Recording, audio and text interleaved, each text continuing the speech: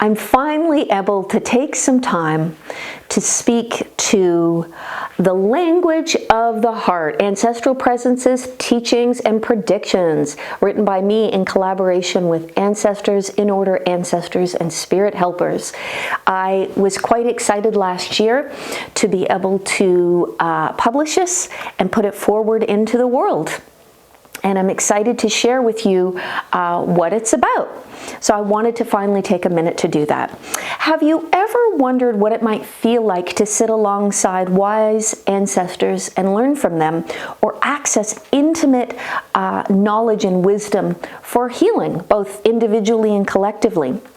Well, the language of the heart, Ancestral Presences, Teachings, and Predictions, takes you on a really meaningful journey into the realms of spirit. It beckons you to go beyond your perceived limits to engage directly with in-order ancestral forces. What do I mean by ancestral forces and in order?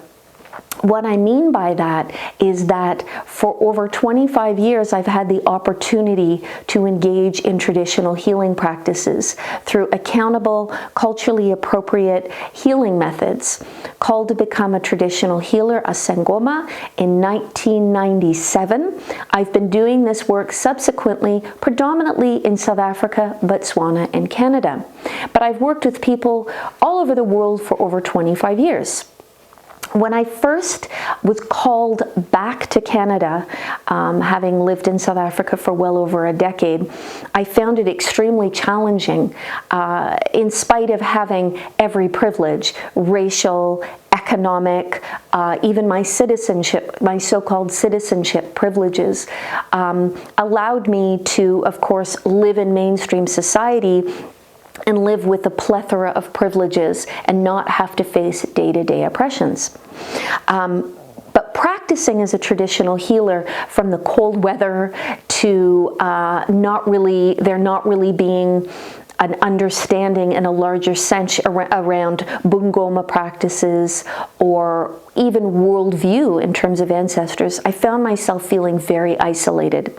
Not to mention that it was very hard in my small apartment to vigorously drum and rigorously call up spirit and enter so-called trance processes.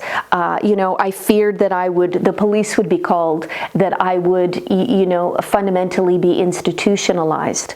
Of course, my whiteness has offered me every opportunity for that not to happen.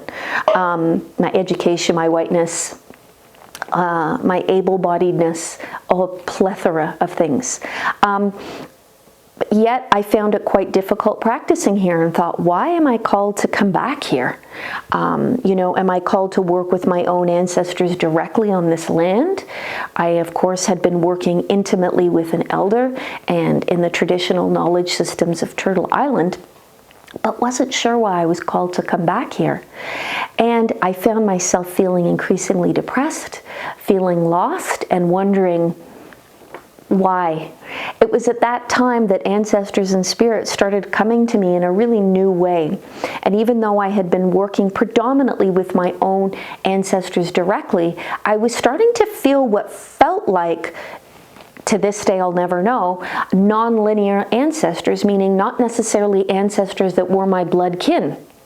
I have no way of verifying this or not, but it started to feel like different spirits and energies were making use of me to embody their teachings and wisdom. And this has been an ongoing practice for probably 15 years.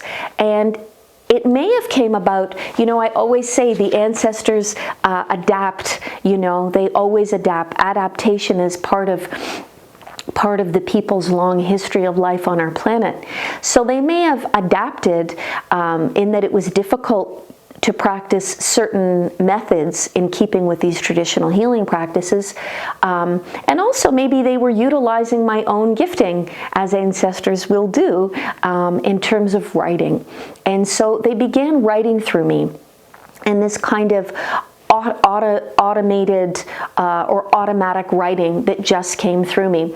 When I first started experiencing this, I tried to make sense, as we often do when we first start entering spirit spaces. What does this mean? This isn't clear. It doesn't make sense. And of course, that got me nowhere. So I quickly realized surrender was the name of the game, and that if they were choosing to write through me, I needed to embody this knowledge and these messages and to do what I was asked to do. So over the past 15 years, their messaging has increased exponentially. In fact, it's probably a daily practice that I'm really required to sit down and do this. This could be for a number of reasons. It can be is that I start to mature more, I'm more surrendering and more willing to properly collaborate with them. Although still not perfect, human being, we're all human beings.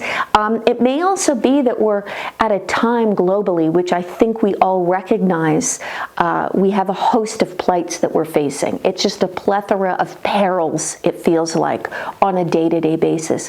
And so I believe they're coming through, not just for me, but many, many people now, through dreams, through callings, through a whole host of things, asking people, hear these messages, hear these teachings, return to these teachings, this knowledge, in order to save life, to survive, to thrive, to have well-beings, and also to prepare us for the next stages in this so-called, evolutionary process that we're in. So the language of the heart is really born out of this, and it's quite a diminutive book. I mean, it's not even 100 pages. It was very important for me. My previous book, The Way of the Ancestors, which also has ancestral messages and is imbued with ancestral knowledge, as well as my own personal story of being called to heal. That's on my website for free. And I decided with the language of the heart, to cover printing costs, there is a cost to it, but it remains very low. Whether you decide to get an ebook or you decide to get the actual book itself, of course exchange rates will change that. But the language of the heart is really just providing you with teachings, knowledge, and medicine. What do we need to do next? What needs to happen next? What is our path next? So I encourage you to pick it up. I don't do this writing for my own benefit. I am benefited. It is beneficial to me in my life and my healing work and my family, but is part of the service work, and part of my calling is to share with you what is shared with me. And I'm constantly asked by them to give it and share it and offer it. So I'm going to do a very brief reading from page 51, The Three Great Births. In every new world, there are new and old creatures. Everything becomes something else. Birth is ongoing. It's changing. This is not growth. It's birth. You believe the greatest birth is to come into your world, as in being born. But it is only one of the three great births that occur when you're a living spirit. Yes, living spirit, this is what you are. Even when you pass, you will change, and you will be birthed into another way. It's all connected, all of the time. There are three great births, not just when you're born and not just when you pass. Because remember, you're a living spirit. So one of the greatest births is when you're becoming what you call an adult. Between 13 and 15, these ages are very important. This is when the living spirit will communicate to the person and inform them of their life, of their work ahead. Work is not a job or task. It's a duty to themselves, to their living spirit, and to the community and all things on earth. Your life is not just for you. Your life is a gift that you give to others too. Your life is to be shared with others. Your life itself is a celebration of everything, of all connections, of living spirit. There are more living spirits than you can imagine, than you can count.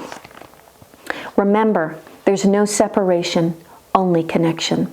So ages 13 to 15 are very, very important. And children at this age must be cared for in a very special way. They need extra time alone to speak with their living spirit to hear what it says. They must be given the best food that is grown to eat. Their bodies need this, but so does their living spirit. They must be surrounded by the most caring caregivers and the wisest of elders. Their time must be used with care, so they have time alone to ponder, and they have time to listen and learn with elders. And when they become 17, 18, 19, or 20, it's the time to do. This is an important time too, but 13, 15 is a special time. It is one of the birthing stages. It is when birth occurs and must be treated with care, love, and wonderment. If children at this age are caught in the wrong things, drugs, drinking, and things that deter their living spirit and body too, they must have time to themselves, isolation, even a vision quest, but it must be different than for adults. They must live in care and be shown even more strongly why their living spirit is important. If parents don't know this or understand this, they cannot teach their children. Children are only as lost as their parents. This is not about blame. It is about direction and honoring your living spirit, honoring the gift of life too. Because for a brief time they go together. Do you understand? You can create a place for these young ones and remind them too, no harm must come to them ever, and especially at this stage. Their bodies must be used in good ways and be honored with good food and care. No harm must fall upon them, or this may cause them to forget their living spirit. This must never be forgotten. This makes people very, very sick to forget this. This is one of the great teachings you receive when you come into this world. The importance of your living spirit and honoring yourself and others. So before I carry on and explain the other birthing times, because you must be ready, you must seek to understand what is taught, correct? Before I go forward and tell you more, you must sit and consider very deeply, very meaningfully, this birthing time between 13 and 15, and how you can do these things for your children, how you can do these things for others in the world too. But first, you must sit and reflect about this time in your own life, and what you learned or didn't learn about your living spirit, about your birthing time, and if this did not happen, how this can still happen for you. I hope that you'll have the opportunity to pick up the language of the heart, available at sangoma.info,